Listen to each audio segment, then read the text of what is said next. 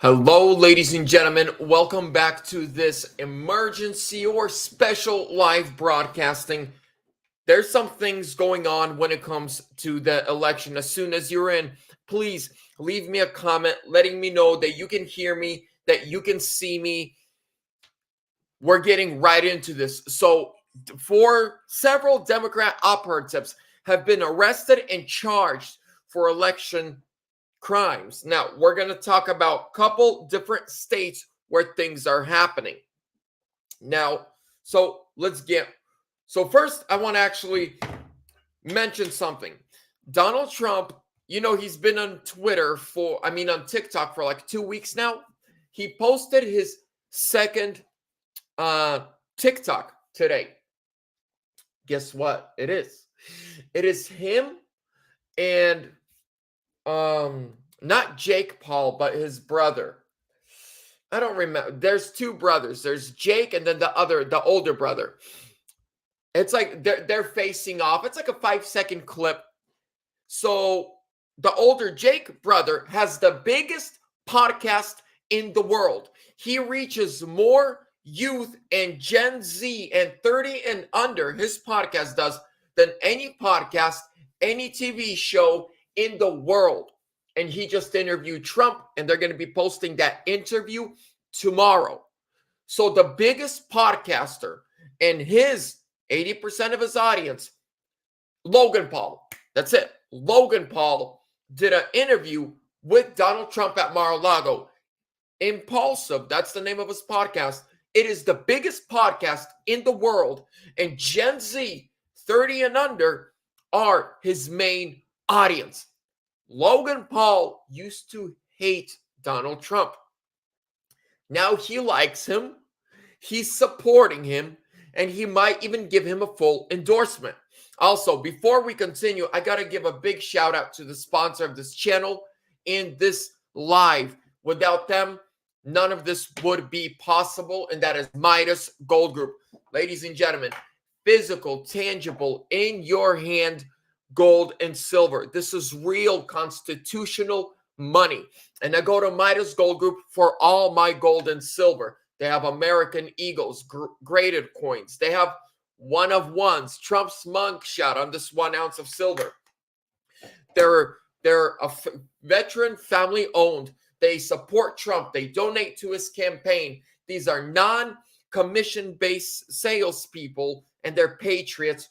And they're here in America out of Phoenix, Arizona. And you can get free silver when you tell them I sent you. So go to MidasGoldGroup.com or call them at 480-360-3000 or text VLAD, VLAD, to the number 232425. All that info is down below in the description. Again, tell them Vlad sent you. Get free silver. Let's get right into it. Breaking. 4 Democrat leaders arrested and charged with fun in Bridgeport, Connecticut. 4 Democrat leaders were arrested and charged this week with election fun in Bridgeport, Connecticut. The voter fund was tied to a 2019 mayoral primary race. Bridgeport City Councilman Alfredo Castillo, Vice Chair of Bridgeport Democrat Party, Wanda Getter, we've heard of her, Patrick, were charged with tampering. Now, we're going to watch this quick video. We're following 2 breaking news stories right now. Election interference arrests and the president's son found guilty on felony charges. Thanks for joining us for Eyewitness News at noon. I'm Kara Sundlin. Let's start in Bridgeport, where 4 people are under arrest accused of ballot tampering. These arrests are in connection with the 2019 Bridgeport primary. It's a separate investigation from what occurred last year. Today's arrests include Wanda Geter-Pataki, who's also under investigation for the 2023 election fraud. She is the town Democratic Committee vice chair.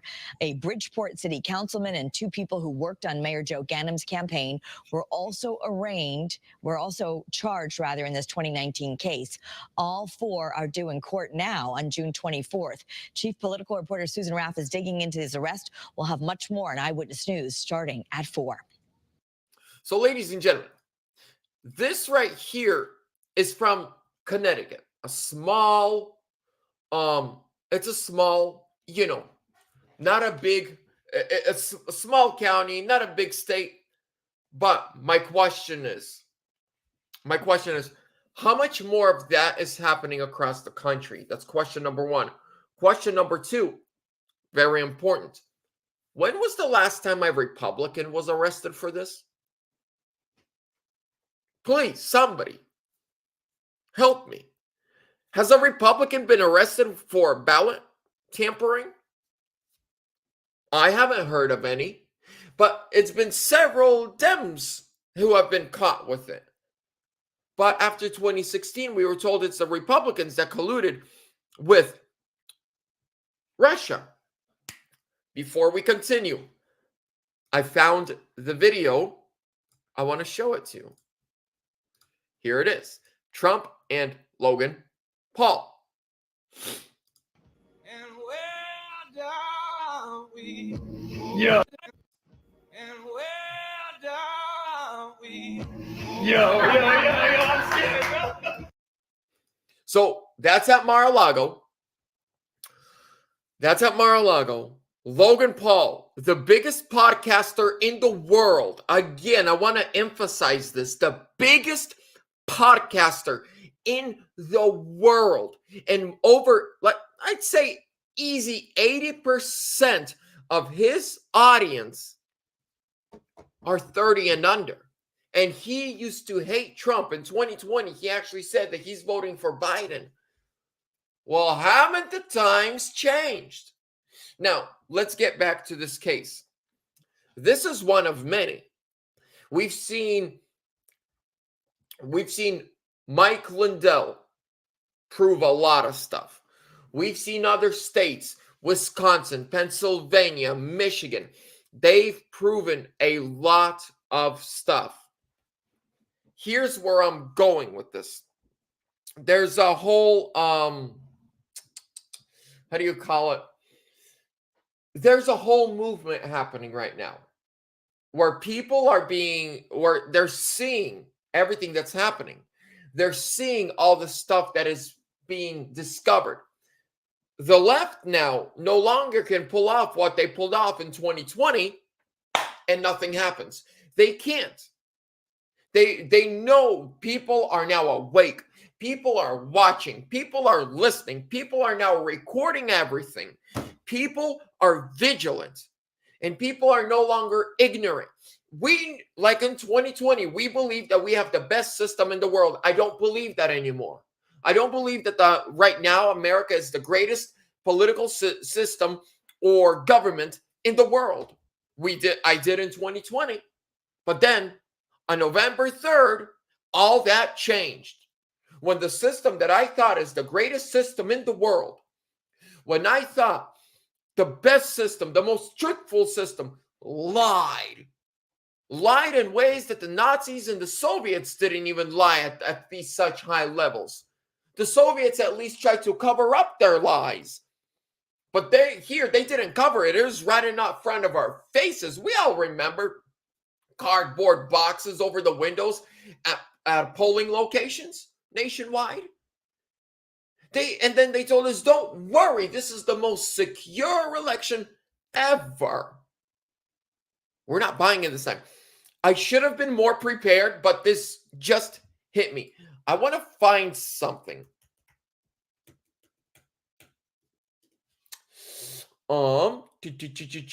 It's a video that gave me so much hope. It gave me so much hope about the election. It's from Tucker Carlson with the president of El Salvador. He did it. It's like a here we go. 1 second. Let me share this with you. You guys are going to love this. When I watched this video, the hope that arose within me, the faith that we can pull this off. Hold on, let me find it. I have to find it. It was so great. If I don't find it, then I'll just kind of tell you exactly what, like, I'll just, Yeah, I'm not seeing it, but here, let me try one more time. Maybe I just missed it. Maybe it's up here and I just missed it. Which is beautiful. Exporting the organization to is made by humans. Needs. Nope, not that one.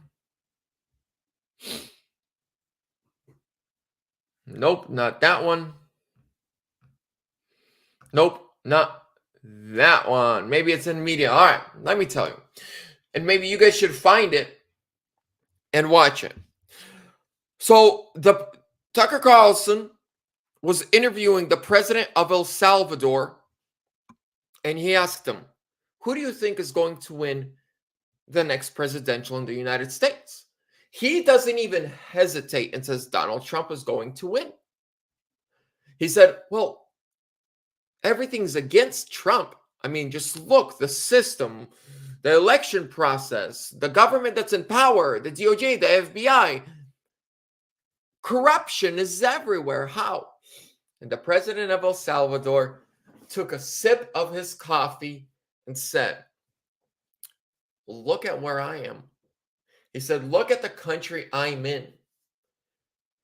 He said, everything was against me. The Supreme Court, the power that the power, and I mean the political power that was in charge, the police state, everybody was against me.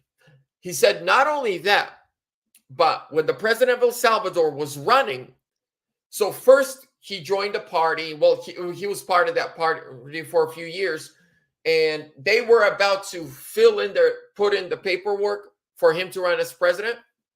5 hours before the deadline of when the papers need to be filed, the Supreme Court of El Salvador and their Congress makes his party an illegal party and dissolves it. So now he can't run.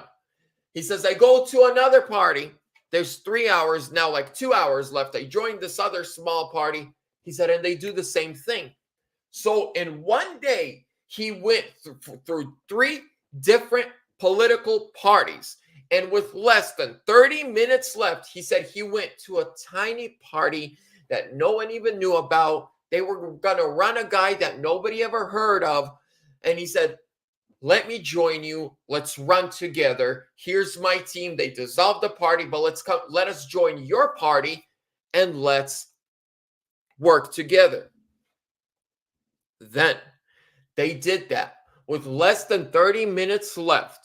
A party that no one even heard of in El Salvador, but now a very popular candidate joins that party. They file the paperwork. He runs. Then he wins, but they had a very, they were the minority of the minority in their form of Congress. To change laws in El Salvador, you need Congress more than the Supreme Court. And Congress, if you have a super majority, can actually remove corrupt Supreme justices. So then 2.5 years into his presidency, they had a quote unquote their type of midterms. So what did they do? He said they went out to the people and they said, we need a super majority in Congress. We will clean the Supreme Court. We will go after all the gang members, all the drug dealers. And guess what? The people came out in droves. And he said, again, the system from the top to the bottom was stacked against the now sitting president of El Salvador. But because the people came out in numbers never seen before, and then in his midterm election, people came out in numbers never seen before and gave him and his party the super majority in Congress, which has never happened in the history of El Salvador, where I think he said it's like where you hold over 60% of the seats. That's what they have now. That's why just today I was reading the El Salvadorian president, they destroyed over 600 pounds of cocaine. They arrested a bunch of drug dealers, gangsters. They confiscated their drugs and burned them over $150 million worth of drugs. They destroyed them. How did they do that? They had a powerful message. They ran on it. Now, let's not forget that the now sitting president of El Salvador, he ran before and didn't win. The system was stacked against them. They stopped them. They did shady things. But when the people have had enough, if you have 2/3 of the population on your side, there's no amount of rigging they can do to stop you. And I believe Trump is at a point to where there's about 2/3 of the country that are behind him. And the numbers that we're going to see are going to be too big to rig. Now, ladies and gentlemen, let me refresh this page because I am waiting on a news story to break. I don't want to cover it until it's out. But so people are being arrested. I know there was in Texas some arrests made. I know in Wisconsin, the lady that's responsible for the spike in the middle of the night, go up, like, you guys remember, middle of the night, spikes for Biden. That lady has been kicked off from the Board of Elections. She's being investigated. In Wisconsin, they voted no more Zuckerbucks.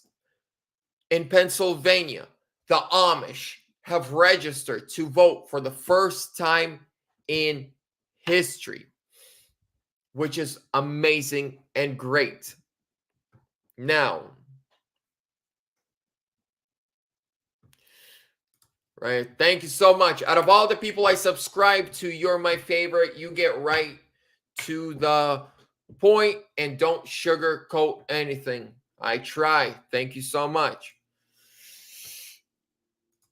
That's right. You can't sugarcoat nothing. I was born in, well, a former Soviet Union country. If we sugarcoat, we give our country to them. The only thing I ever sugarcoat is they take 2 gallons of water and about this much cane sugar, and I mix it, and it's I make the syrup water, and I give it to my honeybees. Now, honeybees, they cannot take sugar water and make it into honey. What they do it with it, because I keep honeybees, it's kind of a hobby of mine, they give it to baby honeybees. So instead of feeding them honey, they keep the honey sealed, and then I take their honey and eat it. And then they give that sugar water to the babies. That's the only thing I sugarcoat. Water for my honeybees. Yes. Yes. First, I want to say, yes, they will do it. But the point is of this video, doesn't matter. We come out in droves never seen before. And here's a great example, ladies and gentlemen, I want to tell you. So my parents are Russian, Ukrainian, they're in their early 60s. They're registered to vote. They vote in all the elections. But a lot of their friends who moved here 30 years ago, they're citizens. They came here legally. They're citizens. They don't vote. They don't follow politics. Every time I'm at my parents' house, there's a birthday party or something, and they have their friends over, I always tell them, hey, are you a citizen? And yeah. Have you ever voted? Are you registered to vote? I've registered 8 people who are, older immigrants who are citizens, came here the legal way, but they just never voted and never registered to vote. They're going to be voting for Trump in this next election. Perfect example. Last night, we're at my dad's house. An old friend of my dad's comes over. He's like 85. His wife passed away like 15 years ago. So he's, just sad. It's sad guy. Just came over to say hi to my dad. And as he's leaving, I'm like, hey, how long have you been in the United States? And he's like, 40 years. I'm like, awesome. Are you a citizen? He's like, oh yeah, I've been a citizen for over 20. And I say, do you vote? He's like, no, I never voted in the Soviet Union. I don't vote now. I'm like, who would you vote for? His answer was, I don't know much about politics, but I would vote for Trump if I was voting. Guess what we did? We went on the laptop, got him registered to vote. When he gets a ballot in the mail, he's going to give me a call. I'll go to his house, help him fill it out, and send it in.